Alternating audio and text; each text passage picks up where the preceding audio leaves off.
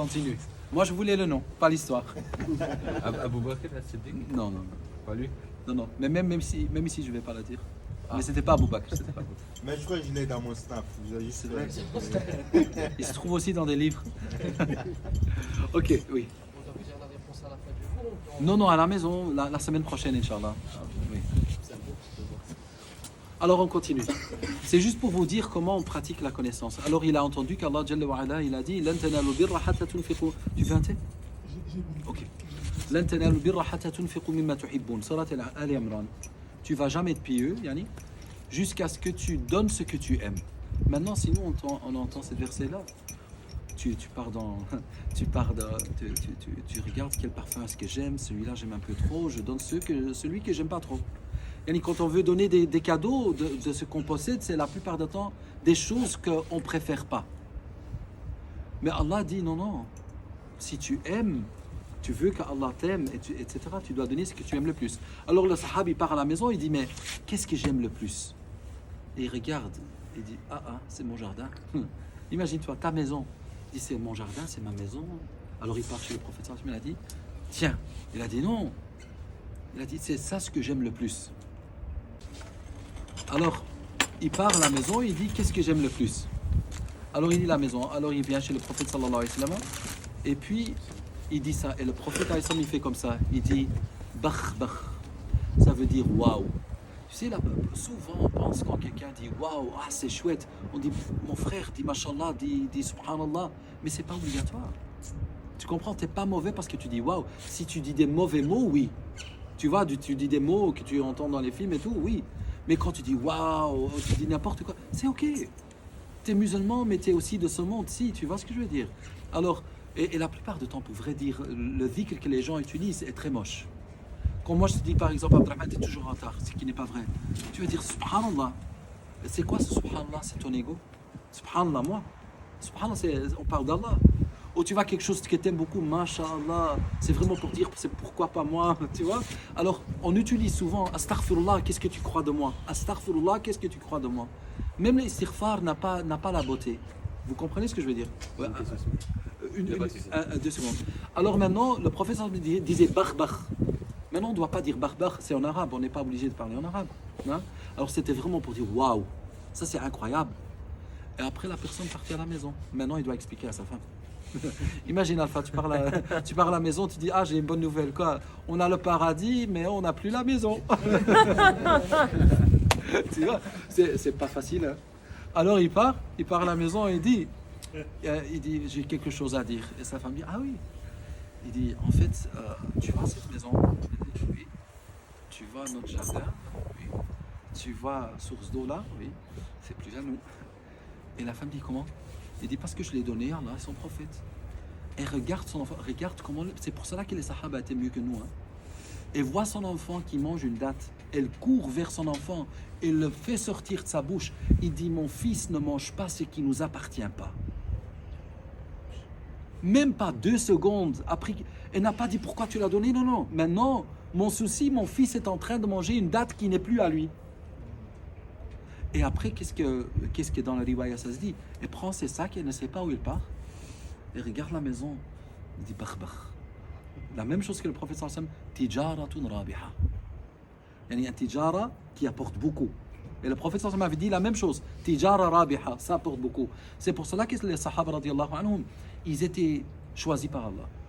Ça c'est al-amalu bil-ilm. Les sahaba, ils ont passé l'islam à travers des actions plus qu'à travers des mots. Et nous maintenant, on fait que parler de l'islam. On parle du Palestine, mais on ne sait même pas se réveiller à 2h la nuit pour faire du dua. On parle de la Turquie, on dit masakin, masakin, masakin, mais on ne fait même pas la dua dans chaque sujoud. Pourquoi tu parles alors? Tu comprends ce que je veux dire? Alors, l'amalu bil-ilm, qu'est-ce que tu voulais dire s'il te plaît? C'était par rapport au masha'Allah, à chaque fois qu'on complimente quelque chose, etc. Ça veut dire, parce qu'on souvent, quand on fait souvent dans notre société, quand on fait un compliment à quelqu'un, Oui. sur peu importe quoi, Oui. un vêtement ou peu importe, il te dit toujours dis masha'Allah. Oui, oui, oui, oui. Ça veut dire que ce que tu nous expliques, c'est que c'est pas vraiment obligatoire. C'est pas obligatoire. Sauf quand tu vois quelque chose de joli de quelqu'un, par exemple, quelque chose de beau. alors tu vas dire Masha'Allah et Tabarakallah. Il n'y a pas de problème. Y a pas de Mais, problème. mais ça ne doit pas devenir Une obligation. au moins cher. Moi, en 2014, je me suis dit, quand je dis Subhanallah et Masha'Allah, si je ne le dis pas pendant que j'ai réfléchi, je ne le dis pas. Parce que tu parles d'Allah. Même ça, Masha'Allah, Tabarakallah, il n'y a plus rien. En bref, l'amalu bil-ilm, vous êtes avec moi? Alors, l'amalu bil-ilm. Alors, premier pas, c'est l'iman. Mais iman, ce n'est pas sans connaissance. Ça veut dire que quand Allah il a dit « Illa alladhina amanu », yani amanu en quoi? En ce qu'ils ont appris. Alors, quand il a dit « amanu », ça veut dire « ta'allamu », ils ont appris et puis ils ont cru. Alors, ce verset part du ilm et part du iman.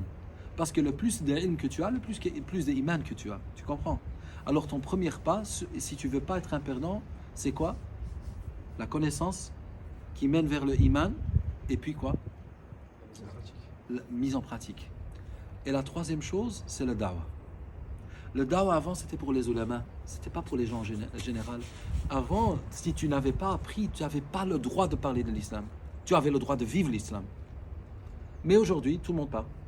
Ceux qui connaissent pas, ceux qui connaissent un peu, et ils te disent plein de choses. Toi, comme musulman, tu entends des milliers de choses, tu sais même pas quoi faire. Parce que tout le monde te dit quelque chose. Où est-ce que je commence? Où est-ce que ça termine? C'est quoi ce que je dois avec quoi que je dois commencer moi-même? On ne sait pas.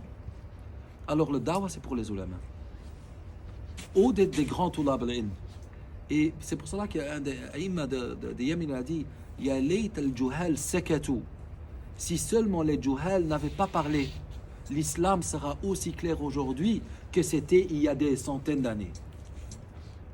Si les gens sans connaissance n'auraient pas parlé, l'islam sera clair. Mais maintenant, c'est plus clair. On parle, on ne sait plus quoi faire. Alors, maintenant, le dawa, et ça c'est important, quand tu fais le dawa, barakallahu fikum, Allah Jalla wa ala, il a dit dans le Coran, « Ud'u ila sabili rabbika bil hikmati wal maw'idati wal maw'idati al-hasanati wajadilhum billati hiya ahsan. » Alors, il a dit bil hikma. C'est quoi la hikma? Allah il a dit dans Surat Yusuf, Qul hadihi sabili, dis au Mohammed, aux musulmans, ça c'est mon chemin, ad'u ila Allah. Je fais le dawa vers Allah, ana wa man ittaba'ani. Il a dit ala basira. Il a dit avec connaissance et avec hikma.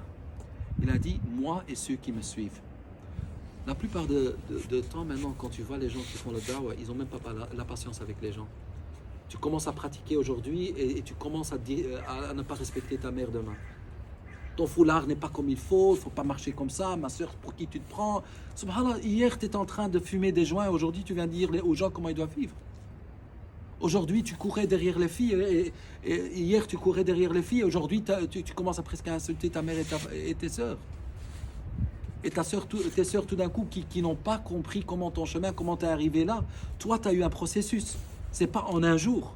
Tu as grandi, et toi, pour toi-même, tu as accepté que ça t'a pris des années et que si les gens ne changent pas en une journée, ce sont des chéatines. Il y a des frères, leur sœur n'est pas prête, par exemple, pour suivre le digne 100%. Ils ont honte de sortir avec leur frère, avec leur sœur. Dire, ah non, les gens vont croire. C'est quoi ton problème avec les gens? Tu comprends ce que je veux dire?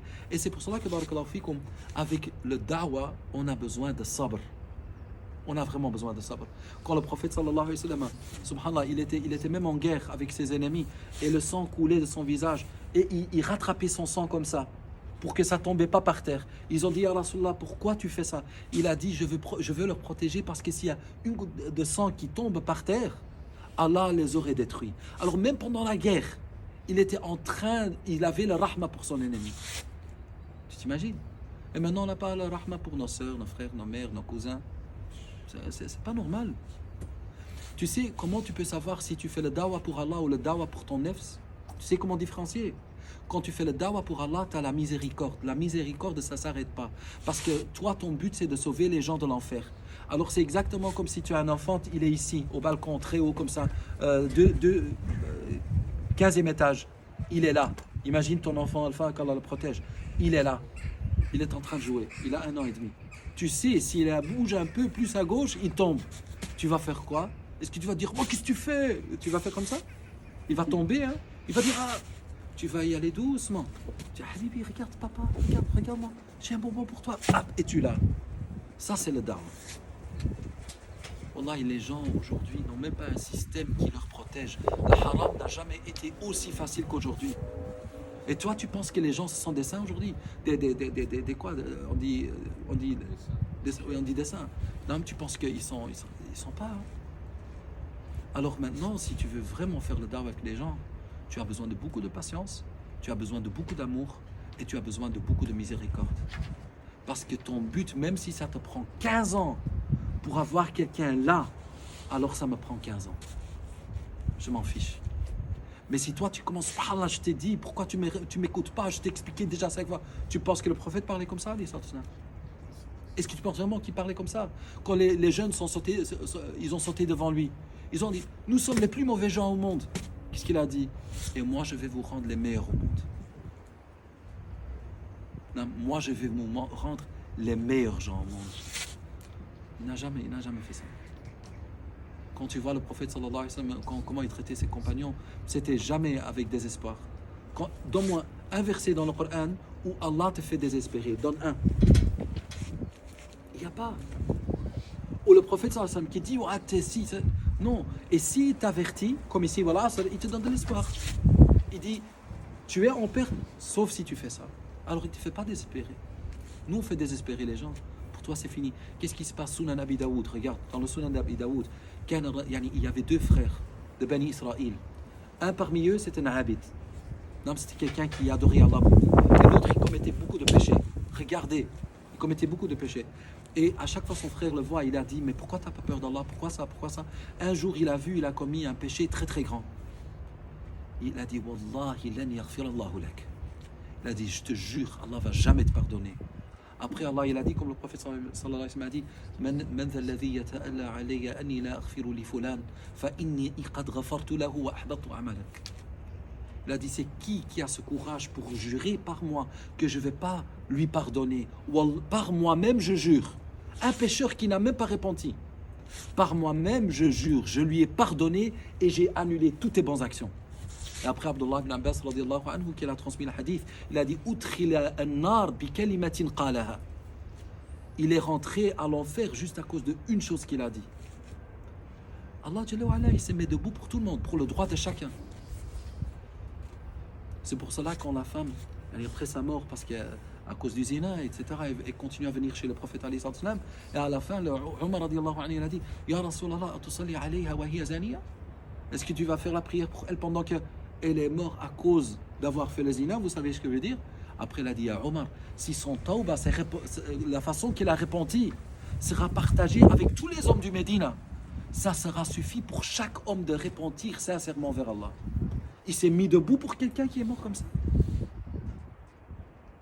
Une femme est rentrée au Jannah parce qu'elle a soigné un chien, il a donné à boire, et une autre femme, Mu'mina, est partie à l'enfer parce qu'elle n'a pas bien traité un chat.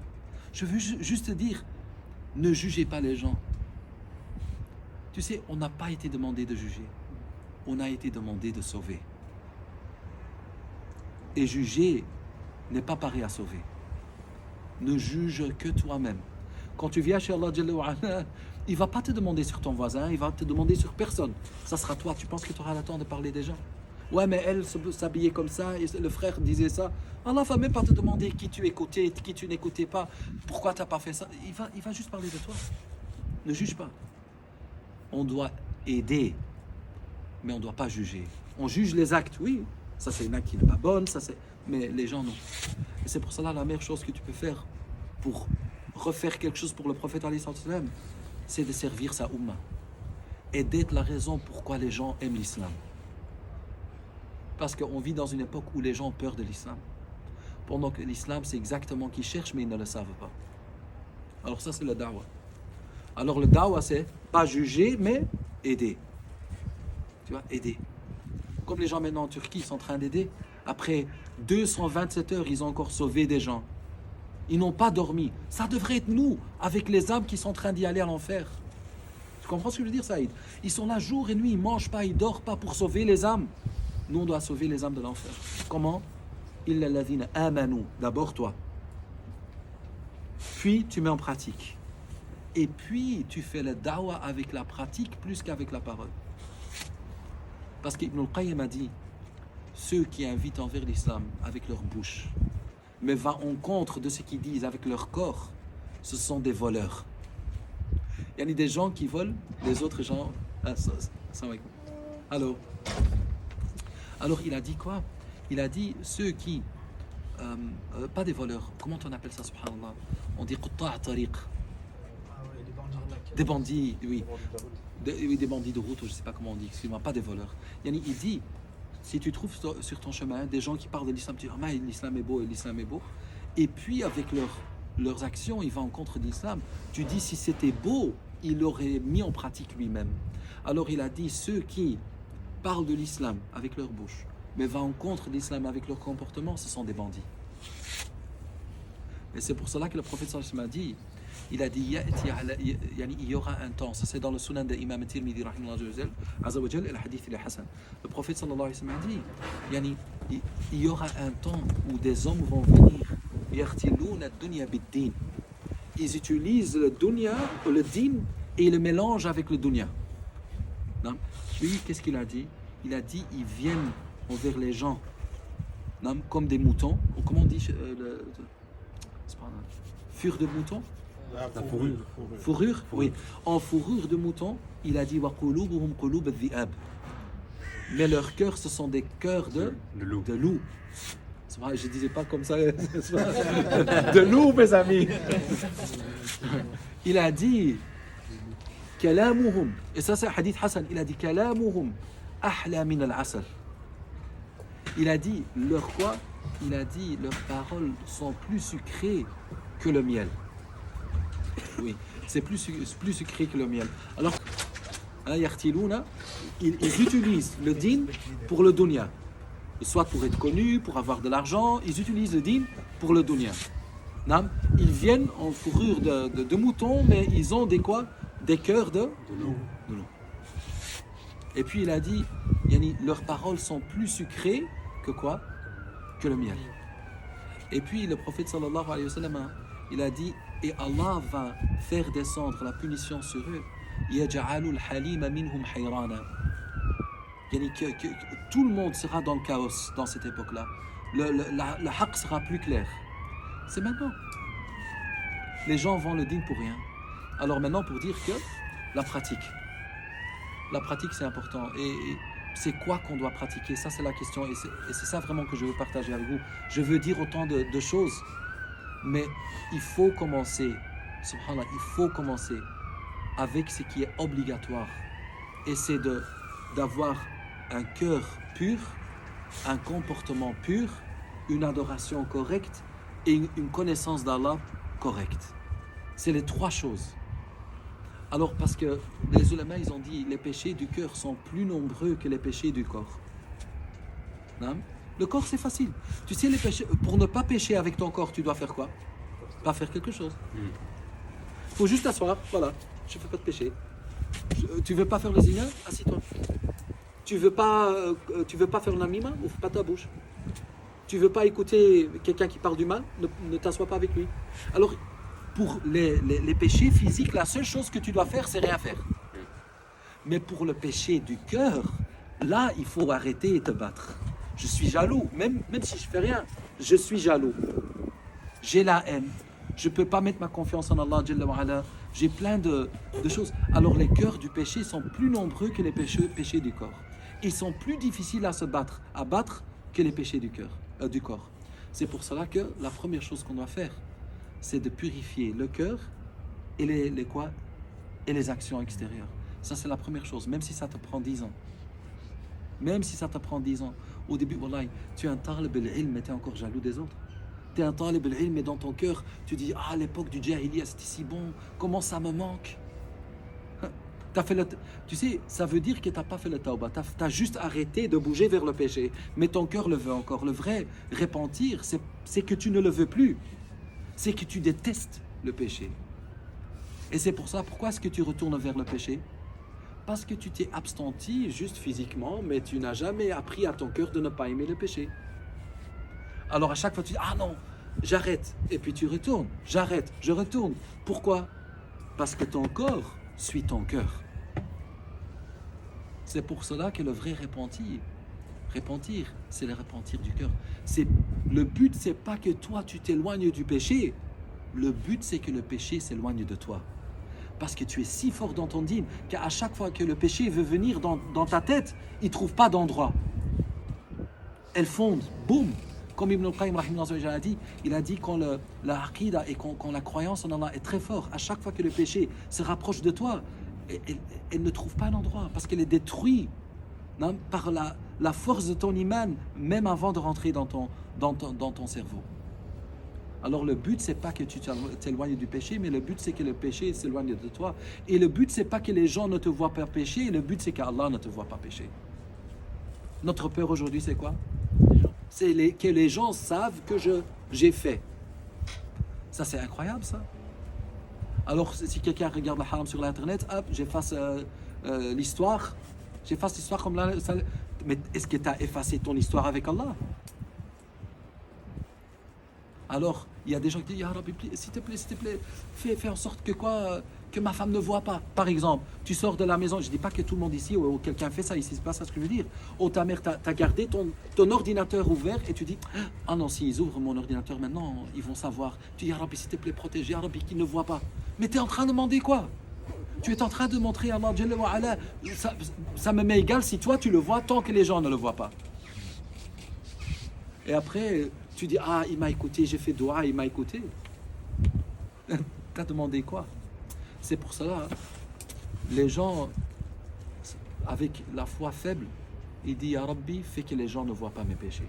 Et bien sûr, on doit cacher nos péchés. Mais les gens qui ont un iman fort, ils disent, Ya Rabbi, fais en sorte que je ne vois plus le péché. Pas que les gens ne voient pas mon péché, mais que moi, je ne vois plus le péché. Alors, c'est une très grande différence. Mais dans tous les cas, on continue. Illa alladhina amanu, tu crois. Wa amilu, tu mets en pratique. On ne veut pas des toulab al-ilm qui ne met pas en pratique. Le talib al-ilm, tu vois, les étudiants de la connaissance islamique, souvent, ils se croient trop bons pour partager du pain, pour visiter les malades. Pourquoi? Parce que je suis talib al-ilm. Tu fais le talib al-ilm pourquoi? Juste pour parler de l'islam. Pour que tu es là derrière ta table avec ton chocolat chaud, en train d'étudier. Étudier pourquoi? Ça n'a pas de sens. Le talib al-ilm, c'est justement celui-là qui part pendant que personne ne le sait. Il cherche des gens qui ne savent pas y aller au magasin, qui n'ont pas d'enfants qui leur visitent. Pendant la nuit, personne ne le sait. Et il dit, c'est quoi? Et il cherche des gens qui ne le connaissent pas et qui ne connaissent pas des gens qui le connaissent. Il dit, je veux faire ça pour vous jusqu'à ce que je meure ou que vous mourrez. Tu pars au magasin, tu cherches que le halal. C'est excuse-moi, ça je ne peux pas acheter, même des non-musulmans. Tu dis, ah, excuse-moi, l'alcool je ne peux pas, mais les autres trucs je peux. Et tu dis, mais si tu penses que le talib al-ilm, parce que je visite plus les gens, parce que je suis talib al-ilm. Je prie en première ligne parce que je connais plus de l'islam, alors je ne demande pas au oncle qui était là depuis qu'il était très, très jeune. Je dis non, c'est moi, c'est talib al-ilm. Là, t'es fou. Là, t'es pas un talib al-ilm. Comme je dis, t'es un talib al-film. Hein, tu joues dans un film, là. Non, là, c'est pas un talib al-ilm, c'est talib al-film, vraiment. Là, tu crois que t'es quelqu'un, mais t'es personne. Je dois être honnête, n'est-ce pas? Et je ne parle pas de vous, hein, je parle en général, parce que je suis sûr que vous êtes ajib. Alors on a dit, illa alladhina amanu wa amilu salihat. Après on a dit, wa tawasaw bil haqq. Et après, wa tawasaw bis sabr. Alors voilà. Alors on avait dit les 4 choses, n'est-ce pas?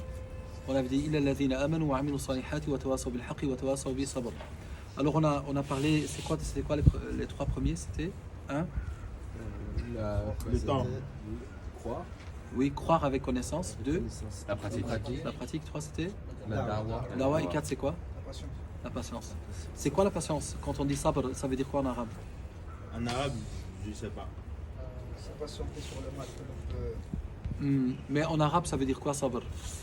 Parce qu'on l'a traduit comme ça, sabr, ça veut dire la patience, mais en fait, ça veut dire vraiment quoi en arabe? Sabr, ça veut dire le habs. Le habs, vous connaissez le habs? C'est le prison. On dit le sabr, c'est que tu t'emprisonnes. C'est que sans prisonnier. Ça veut dire quoi? 3 choses. Qui veut dire quand il y a quelque chose qui se passe qu'on n'aime pas. Et souvent, il y a des choses qui se passent qu'on n'aime pas. On va emprisonner 3 choses de nous-mêmes. La première chose, c'est les paroles. Deuxième chose, c'est le cœur. Troisième chose, c'est le corps. Ils disent que la patience, c'est en fait que tu dis pas quelque chose qu'il ne faut pas dire, que tu réagis pas d'une façon que tu ne dois pas réagir, et que tu ressentis pas vers Allah Jalla wa Ala quelque chose que tu ne dois pas ressentir. Ça, c'est 3 choses. Alors, les ulémas, ils ont dit la patience se partage en 4 catégories. La première, c'est le tasakhut. Le tasakhut, ça veut dire la colère. La colère, ça veut dire que tu exprimes ta manque de patience, soit en disant quelque chose, ou soit en faisant quelque chose, ou soit en ressentant quelque chose. Si par exemple, il y a quelque chose qui te passe et tu dis par exemple, Ya Rabbi, pourquoi moi? Et pourquoi ça se passe avec moi? Pourquoi pas avec quelqu'un d'autre? Pourquoi pas avec mon voisin? Pourquoi ça se passe avec moi? Alors en fait, tu te mets en colère avec Allah parce que tu comprends pas Allah. Alors ça, c'est quoi? C'est ça la première chose. Ça, c'est la parole, mais ça peut être aussi avec le cœur. Troisième chose, c'est par exemple, j'en ai vraiment marre et je jette quelque chose. Alors ça aussi, c'est le manque de patience. Tous nos ulémas ont dit que ces 3 parties-là sont haram. Ces 3 parties, soit manque de patience avec cœur, corps, sentiment, ça c'est haram, d'exprimer ça comme ça. Après, ils ont dit le sabr. Le sabr, c'est quoi? C'est que tu fais pas ces 3 choses-là, mais tu veux que le test passe. Et tu n'aimes pas le test, mais je vais pas le dire, je vais pas me comporter d'une mauvaise façon, mais je veux juste que le test parte. Je ne veux pas le test, mais je dis pas j'ai marre du test. Ça, tous les ulémas ont dit c'est quoi? C'est obligatoire. Puis la troisième chose, c'est rida. C'est que tu es content avec ton test. Parce que tu sais que n'importe ce qui se passe, n'importe comment ça te fait mal, c'est Allah Jalla wa Ala ne le fait jamais pour te faire mal. Quand Allah subhanahu wa ta'ala le fait, c'est en fait pour que tu grandis dans le test et pour que tu comprends des choses à travers le test. Et souvent, tu comprends le test seulement après que le test est passé. Imagine-toi que tu pars, tu veux y aller au Hajj. Pendant 1 an, tu as mis l'argent à côté. Oh, tu pars au Umrah. Pendant 1 an, tu as mis l'argent à côté, puis tu pars. Et le moment que tu pars, il y a embouteillage monstrueux. Tu rates ton avion, tu rates ton Hajj. Qu'est-ce que tu vas faire? Tu dis, Mashallah, ça vient d'Allah, je suis content. Tu vas dire, pourquoi moi? N'est-ce pas? Tu vas pas comprendre. Tu vas dire, Ya Rabbi, pendant 1 an, j'ai mis l'argent à côté. Ya Rabbi, je suis parti à temps. Pourquoi l'embouteillage aujourd'hui? Tu rentres à la maison, ta femme est là, ou tes enfants sont là. Il dit, ah, t'es déjà de retour, ils sont contents. Toi, tu dis, laisse-moi tranquille. Tu pars et tu t'isoles et tu dis, purée, pourquoi ça s'est passé? Et à la fin, quoi? Puis tu regardes le soir, 20h, journal, et dit que l'avion que tu devrais prendre, c'était l'avion quoi? Elle a craché. Tout le monde est mort. Pas de survivants. Alors maintenant, tu vas faire quoi? Tu vas encore dire, Ya Rabbi, pourquoi moi? Ou est-ce que tu vas dire, Ya Rabbi, merci? C'est pour cela que les gens disent, si tu sais déjà d'avance qu'Allah ne te teste pas sans raison, tu le remercies au début du test. Parce que tu sais le moment que tu vas voir pourquoi il t'a testé, que tu vas lui remercier. T'as compris? Parce que même si on comprend pas maintenant, on va le comprendre après. Alors ça c'est Rida. Et puis on a Shukr. C'est que tu remercies Allah Jalla wa Ala pour ton test, mais ça c'est un niveau qui est très grand. C'est que tu dis merci déjà d'avance. Tu dis merci Ya Rabbi. Quand ton test vient, par exemple, je sais pas, tu deviens aveugle, tu dis merci. Tu perds, je sais pas, ta femme, tu dis merci. Mais ça c'est pour les gens qui sont très grands parce qu'ils savent que ce qu'Allah va te donner en échange pour ce que tu as perdu, c'est pas rien que le Jannah. Alors tu dis merci pour ce que tu m'as pris, parce que je sais déjà d'avance que tu vas me donner quelque chose en échange. Tu comprends ce que je veux dire? Alors ça, c'est les 4 catégories de sabr. Alors on a dit wal asr innal insana fi khusr illa alladhina amanu wa amilus salihat wa tawasaw bil haqqi wa tawasaw bis sabr. Alors on a dit surat al-asr maintenant, bref, avant qu'on part, asr parce que c'est comme la asir. Exact. Al-asr en fait, toute ta vie revient à comment tu meurs.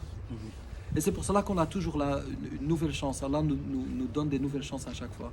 Combien de fois on est parti dans le haram et après il nous accepte de nouveau dans son proximité. Alors ça c'est l'asr. C'est pas seulement comment tu vis, c'est comment tu meurs. C'est quoi ta goutte quand tu meurs, ton vrai toi. Ton vrai toi, tu le connais seulement toi-même. Tu vois, devant les gens, on peut se montrer comme on veut. On peut se montrer, on peut donner une image de soi-même, mais puis on peut être complètement différent. Alors ce qui va sortir de toi le moment que tu meurs, c'est le vrai toi. C'est pas le toi qui t'a fait croire aux gens, mais c'est comme on presse l'orange, voilà, al-asir. Voilà, ça c'est toi. Alors on a dit, le moment que tu es sur ton lit, quand tu es en train de mourir ou dans ton sujoud, n'importe, Allah va pas te permettre de cacher ton mauvais côté. Si tu étais vraiment mauvais, Là, il ne va pas accepter que tu donnes l'image juste avant de mourir, que non, tu vas faire quelque chose qui va montrer aux gens que tu n'étais pas sincère. Tu comprends? Et c'était pour cela que les savants d'avant, même quand ils faisaient le bien, ils faisaient les istighfar. Par exemple, tu donnes la sadaqa à quelqu'un, ils faisaient le tawba pour leurs bonnes actions, pendant que nous, on ne fait pas le tawba pour nos mauvaises actions. Pourquoi? Parce qu'ils disaient la bonne action que je fais, je ne sais même pas si c'est vraiment pour Allah. Parfois, tu donnes à quelqu'un, par exemple, 20 euros, 25 euros, tu lui donnes, et en toi-même, tu le sens, tu dis, pourquoi 25? Tu donnes 25, ça fait mal. Alors, dehors, pour les gens, tu es très pieux, mais à l'intérieur, tu es en fait très radin. Tu comprends ce que je veux dire? Tu peux dire, Masha'Allah, frère, je suis vraiment content pour toi. Et dans ton cœur, tu dis, si seulement moi j'avais ça. Alors, le moment que tu pars chez Allah, il ne va pas juste juger l'image que tu donnais aux gens. L'image chez Allah, ça ne compte pas. Est-ce que tu comprends ce que je dis? Alors, il ne va pas te juger sur comment tu te comportais devant les gens, il va te juger sur comment tu étais à l'intérieur. Et c'est ça qui fait le plus peur. Parce que Yani, c'est ça le vrai toi. Et c'est pour cela qu'Imam Sha'rani, il est mort il y a 400 années, il a dit, c'est bizarre comment les gens détestent les gens juste parce qu'ils croient de voir quelque chose qu'ils n'aiment pas. Yani, on déteste les gens parce qu'ils ne sont pas assez islamiques. Et après, nous, on sait, on connaît nos péchés, mais on continue à nous aimer. Tu détestes ton frère parce qu'il a fait une petite erreur. Mais toi-même, tu fais plein, moi je fais plein. Et tu te regardes dans le miroir et tu dis, oh, je suis beau, je suis bien, regarde-moi. Tu regardes quelqu'un dont qui tu connais tous ses péchés. Alors c'est pour cela, l'asr, c'est vraiment, il va t'asr et puis tu vas sortir. Et si tu sais que tu peux mourir aujourd'hui, c'est quoi le cocktail qui est à l'intérieur de toi? Parce que c'est ça que tu reprends chez Allah. Et la seule raison pourquoi on ne repentit pas, c'est parce qu'on pense qu'on va se réveiller demain matin. C'est ça la raison pourquoi on ne repentit pas. Parce qu'on dit demain je vis encore. Mais si l'ange de la mort, et ça c'est la dernière chose que j'ai dit, l'ange de... Ça va? Non, j'ai juste dire C'est pas grave. Ah, c'est pas grave ça. Alors si tu sais, par exemple, Ibn al-Jawzi, il dit, imagine-toi ce soir, tu es dans ton lit, ce soir, dans le noir, tu t'allonges, et tu te dis, l'ange de la mort vient maintenant. Et il te dit, demain matin à 6 heures, je vais prendre ton âme. Qu'est-ce que tu vas changer? C'est ça la question que tu te poses, parce que quand tu meurs, c'est la personne que tu es maintenant, c'est ça que tu prends avec toi. Est-ce que tu comprends ce que je veux dire? Alors c'est pour cela qu'il faut regarder ton cocktail, le cocktail qui est à l'intérieur de toi. Et tu dis c'est quoi qui est pourri, c'est quoi qui est joli. Et tu te débarrasses de tout ce qui ne te sert pas. Quand quelqu'un part au voyage, quand tu pars au voyage, Pablo, tu as tes valises avec toi. Tu sais quand tu as trop de kilos avec toi, tu fais quoi? Tu le vides. Tu te débarrasses de tout ce qui ne te sert pas. Alors tu arrives là, on te dit tu as 5 kilos en trop. Tu ne vas pas payer 400 euros. Tu vas dire, ah mes chaussettes, j'ai pas besoin, ça, j'ai pas besoin. Maintenant, il faut qu'on se débarrasse de tout ce qu'on n'a pas besoin au akhir. Tu comprends ce que je veux dire? Alors, et c'est ça ce qu'on doit regarder. Juste, qu'est-ce que tu n'as pas besoin? Et la plupart du temps, ce que tu n'as pas besoin, c'est pas ce que tu fais, mais c'est qui tu es à l'intérieur de toi. Tu comprends ce que je veux dire? Et c'est ça, voilà. On sera tous serrés et on ne sait pas c'est quand. On dit toujours le moment que tu penses le moins, c'est le moment que ça vient. C'est le moment où tu te dis demain, et tu es vraiment sûr, c'est ça le moment où tu regardes dans les yeux de l'ange de la mort. Et c'est pas parce que tu n'es pas encore marié que tu dois te marier que Allah va te dire tu peux encore vivre, ou que tu as un enfant qui est encore très petit, que tu dis je vais vivre encore beaucoup de temps, Inch'Allah oui, mais il n'y a pas oh je dois encore y aller au Hajj, je dois terminer mes études. On se donne toujours des raisons pour se croire loin de la mort. Pendant qu'il n'y a pas de raison. La mort ne connaît pas de rahma. La mort n'a pas de rahma. Tu comprends ce que je dis? C'est pas, ah toi tu as encore besoin, ta maman a encore besoin de toi, ou tu as encore besoin de ta mère. Rien. Donne. Ou ton père, ou n'importe. Alors, si tu sais que tu peux mourir à chaque moment, alors tu dois te débarrasser à chaque moment.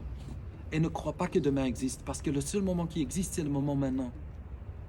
Il y a 2 secondes, ça n'existait pas.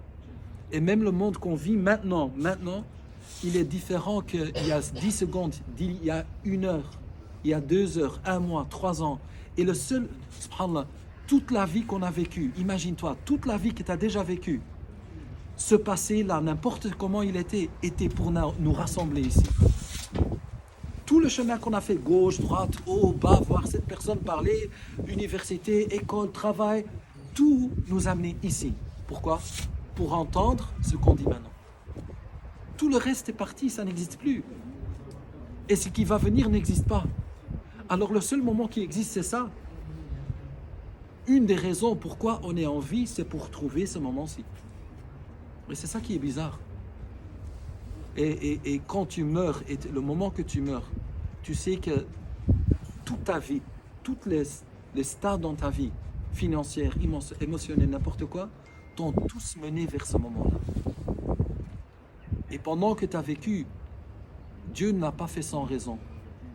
Chaque personne, même si c'est père et fils, mère et fille, frère et sœur, n'importe quoi, on est mis ensemble pour des raisons, pour apprendre des choses. Même si, par exemple, j'aime pas mon oncle, mais il est dans ma vie, il est là pour que j'apprenne. Alors Allah, il a mis, toi tu es l'individu dans la vie. Toutes les autres personnes, ta mère, père, frère, sœur, c'est pas les personnes les plus importantes dans ta vie, mais c'est toi. Et eux, ils sont mis à côté de toi pour que tu apprennes de eux. Toi, tu es seul, tu es un voyageur seul dans le monde. Et tous les autres sont les figurants. Et ce sont tes hasanat ou tes sayyat. Et c'est à toi d'être l'héros de ton histoire. D'être l'héros envers ta femme ou envers ton père, envers ta mère, envers ta soeur. Tu dois essayer d'être l'héros. Et parfois, l'héros tombe.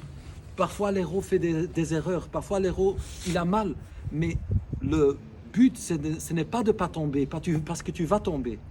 Mais le but, c'est de ne pas rester par terre quand tu tombes. Le moment que tu tombes, tu te mets debout. Tu tombes, tu te mets debout. Pourquoi? Parce qu'à un moment, tu vas mourir.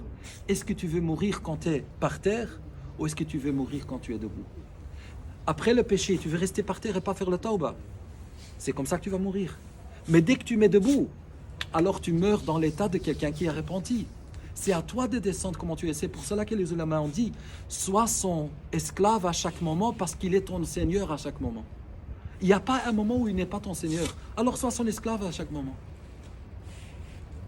Et l'esclave, c'est quoi? C'est que tu ne suis rien d'autre ce que Allah aime. Et même si c'est difficile, dans un livre c'est facile, de le dire c'est facile, de le faire c'est difficile. Alors ceux qui se battent le plus, ce sont ceux qui sont les meilleurs chez Allah. C'est pas de battre le monde. Le monde que tu dois battre, il est à l'intérieur de toi. Et c'est pour cela que c'est pas facile. Mais voilà, fais-toi comme ça avec toi-même avant que ça soit fait avec toi-même. Ça c'est le plus importante. Wallah subhanahu wa ta'ala. Qu'Allah vous bénisse. Dans le mieux. Abdou va faire un dua. Yallah.